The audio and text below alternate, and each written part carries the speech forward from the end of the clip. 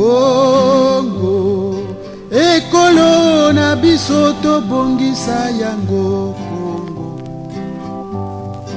Congo, ekolo monene tobosana te. Congo, tolingana toyokana tosalisana malamu. Mes chers compagnons de la lutte, de la bonne cause, du devoir patriotique, le monde change, le monde bouge, les choses changent et notre réalité demande beaucoup de sacrifices. Le sacrifice peut être intellectuel, le sacrifice également peut demander de l'effort physique pour les religieux. Ceux qui veulent aller au paradis, ils ne se rendent pas compte que pour arriver au paradis, il faut la mort. Cela donne un sens à notre éveil, l'éveil, le réveil patriotique. Mesdames et messieurs, mes chers compatriotes, je suis Harold H. Nombo, président du Devoir patriotique, membre de la majorité présidentielle. Mes chers compatriotes, aujourd'hui n'est que la suite logique de notre émission que nous connaissons tous, le logiciel Congo face aux enjeux du développement actuel. Mais avant d'arriver dans la matrice de notre émission, j'aimerais lever l'équivoque en disant parler à mes frères, mes compatriotes, surtout à ceux qui sont du côté de l'opposition. Merci d'abord pour ceux-là qui m'ont écrit. Merci pour ceux qui m'ont laissé des messages en ce qui concerne le devoir patriotique.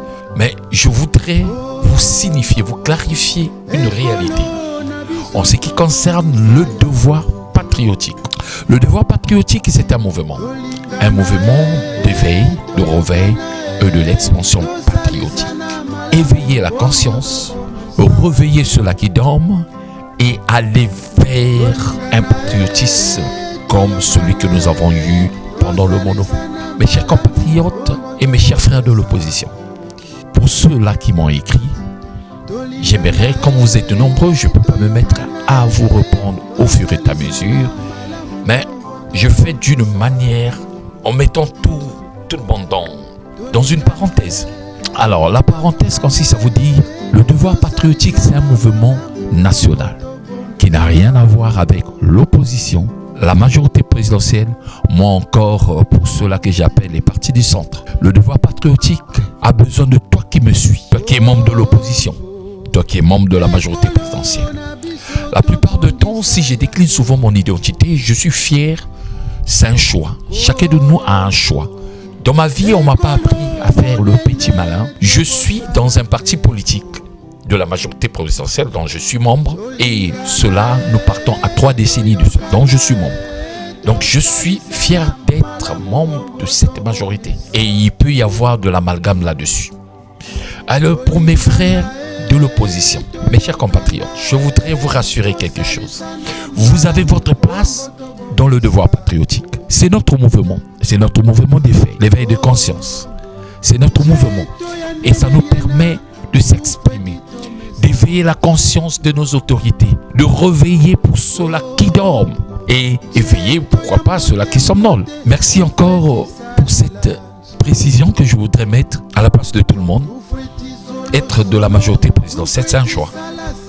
Vous conviendrez avec moi et que vous précisez être entre la majorité présidentielle et l'opposition, c'est dès qu'au Congo. Au Congo, les gens pensent que si vous êtes de l'opposition, donc vous êtes l'ennemi de la majorité présidentielle. C'est un contre-pouvoir. C'est un contre-pouvoir. Permet de veiller le même sujet, ça veut dire la même réalité des autres. Vous êtes avec eux et que vous partagez les mêmes réalités. Vous proposez, c'est aussi ça l'opposition. Vous pouvez arrêter un projet au cours dans l'Assemblée.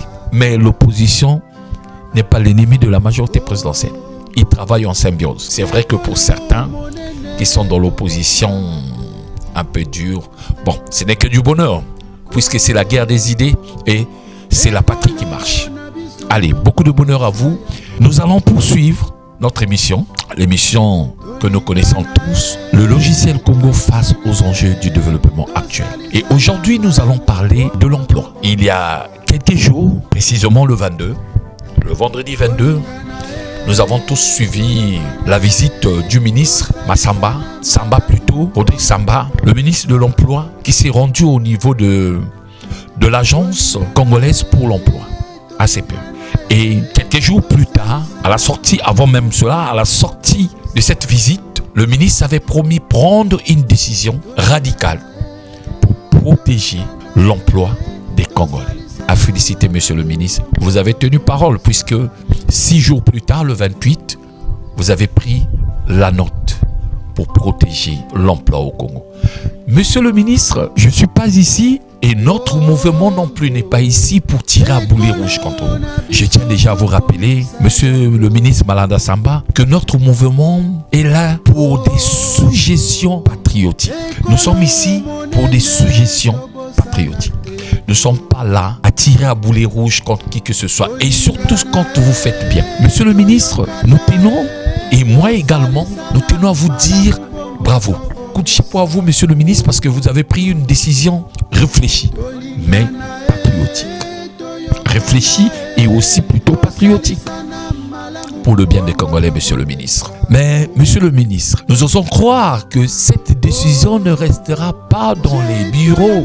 Notre dernière émission, nous avons parlé de les descentes sur le terrain, monsieur le ministre. Prendre une décision est une bonne chose, mais descendre sur le terrain en est une autre. Ne vous faisons aucune pression, monsieur le ministre, mais éveillez la conscience. Et cette conscience doit être collective et nationale. À votre niveau, c'est de descendre sur le terrain.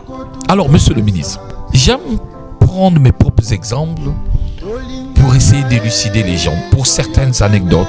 Monsieur le ministre, pour dire que Malanda Samba, coup de chapeau à vous. Merci pour cette décision courageuse et aussi patriotique. Mais monsieur le ministre, je voudrais avant tout vous signaler quelque chose, vous expliquer. En 2016, si j'ai bonne mémoire, il y a eu un ministre comme vous. Mais ce dernier était dans le ministère des hydrocarbures. En 2016, en la personne de Jean-Marc Tister-Tikaya. Ce monsieur s'est rendu dans une des entreprises, je mets une parenthèse chinoise, quelque part, dans le district de Tiambazassi. Parce que ici, je ne fais pas la propagande des entreprises, je parle d'une réalité patriotique. Ce monsieur a eu vent de la souffrance du peuple et ça nécessitait une descente surprise sur le terrain. Ce dernier est arrivé, il a fait une descente surprise et la situation était très alarmante. Et tout ce que le ministre avait eu vent, c'était pire que même cela. Son passage a permis d'éclairer. Aujourd'hui, cette boîte, une des grandes boîtes de notre nation, qui embauche des centaines, je peux dire même des milliers de Congolais. Monsieur le ministre, cette boîte, au moment où je vous parle, permettez-moi, l'ordre est revenu. Je mets ça en une parenthèse. Monsieur le ministre, cette logique nous a permis de voir les choses différemment. Et vous conviendrez avec moi, quand nous parlons du patriotisme, peu importe la réalité, nous serons derrière vous à vous dire merci monsieur le ministre, vous faites bien. Mais monsieur le ministre, il y a quelques années, personnellement, je me suis retrouvé dans un grand projet qui continue jusqu'à ce jour. Un grand projet, le projet de gaz. Le même projet, il est toujours là. Je voudrais éveiller la conscience de mes frères. La réalité onshore, quand vous écoutez des gens qui sont dans l'onshore, dans le offshore, c'est qui vont en mer ou à terre, dans les installations pétrolières. Je voudrais lever l'équivoque pour certains. Quand vous entendez que nous sommes en mer ou à terre, dans des installations pétrolières ou gazières, je voudrais vous rassurer et lever l'équivoque en la matière. 95% des travaux effectués en onshore ou encore en offshore sont des travaux de manutention. Pour certains, ça va vous paraître étrange, mais c'est une vérité. 95% des travaux effectués en onshore ou en offshore sont des travaux de manutention. La différence avec la manutention de la cité. Parce que celle-ci nécessite ce qu'on appelle des modules. Donc c'est une manutention de précision, une précision millimétrique. Raison pour laquelle on nous demande de mettre en place, de passer par les modules. Si je vous cite, par exemple, le rigging. Quand vous entendez le rigging, ceux qui travaillent sur un rig, le rigging, et ça fait intervenir l'élingage, ça fait intervenir l'amarrage dans le moule. Tout ça, c'est de la manutention. Quand vous arrivez le drilling, dans le forage, la manutention. Une bonne partie de la production, la manutention. Quand vous arrivez le scaffolder, manutention. Soudeur, manutention. Électricien, manutention. Mécanicien, manutention. Voyez-vous, c'est de la manutention. Mais une manutention de précision. Alors, monsieur le ministre, je voudrais à ce titre, par rapport à cet exemple, interpeller votre conscience. Monsieur le ministre, nous sommes en 2023, donc 3 ans de cela. Un grand projet, comme je venais de préciser tout à l'heure, un grand projet gazier, le nôtre, le projet congolais. Je suis fier d'appartenir, mais pas d'appartenir, mais j'ai laissé mon empreinte avec Sapora 3500 et la Sapora 900. Mais, monsieur le ministre, vous conviendrez avec moi, comme je l'ai dit tout à l'heure, si vous ne faites pas les descentes sur le terrain, c'est une goutte d'eau dans la mer. Ça restera un slogan. Quel genre de slogan, monsieur le ministre? En 2023, nous nous retrouvons dans la réalité gazière. Et aujourd'hui, le gaz est en train de couler au niveau du Congo. Mais une chose, monsieur le ministre, nous sommes dans une réalité où nous importons la manutention au Congo. C'est suicidaire, monsieur le ministre. Tout à l'heure, j'ai pris des exemples en ce qui concerne 95, voire plus de 95% des travaux effectués en onshore et en offshore sont de la manutention.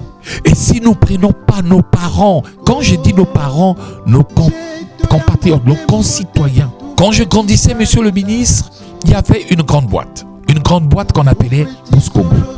Boscogo, là où on a formé la plus grande partie des soudeurs. Mais monsieur le ministre, pour votre gouvernement, les pipes auxquelles le gaz coule aujourd'hui n'a jamais été soudé par l'homme, plutôt par la machine. Comment est-ce possible?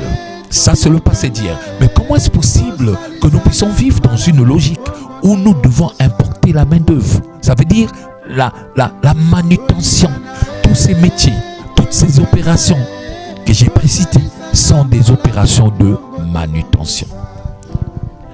Mais si nous ne mettons pas les points sur les i, si nous ne nous protégeons pas comme vous venez de dire, si vous ne descendez pas, vous ne faites pas les visites surprises sur les plateformes, en onshore, en offshore, un peu partout, dans tous les départements possibles, cela restera une lettre morte à la poste. Comme je disais, monsieur le ministre, je ne suis pas ici pour tirer à boulet rouge contre vous. Et comme je l'ai dit, je tiens à vous féliciter et à vous pousser d'aller de l'avant. Mais monsieur le ministre, de 2023 jusqu'à nos jours, nous avons un FPSO. Un FPSO qui est là. Je ne donne pas le nom, mais nous connaissons tous l'FPSO qui est là du gaz, qui fait du bien pour tout le monde. Monsieur le ministre, j'ai entendu par-ci, par-là, et j'ai ouï dire que le transfert de compétences, c'est après 3 à 6 mois. Mais nous sommes à plus de 2 ans. Et comme je vous ai dit, 95% des travaux effectués en onshore ou en offshore font partie de la manutention simplement. Monsieur le ministre, dites-moi, pour ceux-là qui sont là à côté, et jusqu'à nos jours, la vérité est qu'on demande à certains, pour ne pas dire la majorité, de parler la langue étrangère. Monsieur le ministre, c'est le complexe d'infériorité à la congolaise. Vous conviendrez avec moi. Puisque, monsieur le ministre, là vous êtes, si on vous demande d'arriver en Chine ou aux États-Unis, et que vous arrivez aux États-Unis, qui a le droit d'apprendre la langue des autres? Vous conviendrez avec moi, c'est celui qui vient, qui doit apprendre la langue de ceux qui vivent sur place. Pour votre gouvernement, monsieur le ministre, tous les équipements du on et offshore sont en anglais. toutes les opérations du hand et hand offshore, pétrole ou gazier, ces opérations-là sont en anglais.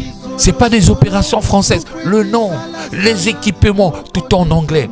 Mais quand on prive, vous privez votre frère congolais pour faire venir quelqu'un de loin. Je vous cite un exemple de 3500 où les soudeurs venaient du Mexique et de la Thaïlande. C'est suicidaire. Les soudeurs quittent à plus de 5000 km du Mexique, pas pour souder, pour venir assister la machine qui soudait les pipes. C'est une honte. Je vous dis la vérité, c'est une honte et c'est de la traîtrise. Et quand je parle de la traîtrise, c'est très grave, monsieur le ministre. Un traître face à sa patrie. Imaginez-vous quelqu'un qui quitte du Mexique.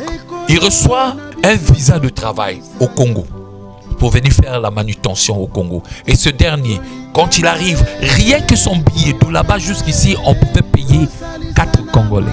4. C'est triste de constater qu'il y a encore des Congolais au nom de la nation qui rendent la vie difficile à leurs semblables. Même quand il s'agit de la manutention. C'est suicidaire, monsieur le ministre. Je pense que vous pouvez pallier à cela. Monsieur le ministre, je vous montre quelque chose. Monsieur le ministre, j'ai beaucoup du respect à ce monsieur. Ce monsieur dit quoi? Je suis allergique à toutes les antivaleurs. Ce monsieur, un ministre comme vous, ce monsieur, c'est Jean Olesongo Ondai. Ce monsieur, je suis allergique à toutes les antivaleurs. Et le travail auquel ce monsieur est en train de faire n'est plus à démontrer. Et vous faites partie de cela, puisque vous avez voulu protéger l'emploi des Congolais, monsieur le ministre. Alors, comme je l'ai dit au départ, monsieur le ministre, je ne suis pas ici à tirer à boulet rouge, mais plutôt à vous féliciter et que vous fassiez plus pour le bien-être de la nation. Monsieur le ministre, bon vent à vous. Et qu'il y ait une prise de conscience. Si la prise de conscience collective peut vous changer les choses, nous pourrons dire le Congo de demain nous appartient. Monsieur le ministre, c'est nos enfants, nos arrière-petits-enfants. Nous allons passer. Mais, monsieur le ministre, quand vous laissez une empreinte, et cette empreinte restera à jamais. Bon vent dans l'exercice de vos fonctions. Et j'ai cette vive conviction qu'il vous ferait mieux. Et quand je dis de mieux, de faire les descentes pour voir la réalité de vos frères congolais. Merci, monsieur le ministre, et beaucoup de bonheur à vous. Merci beaucoup.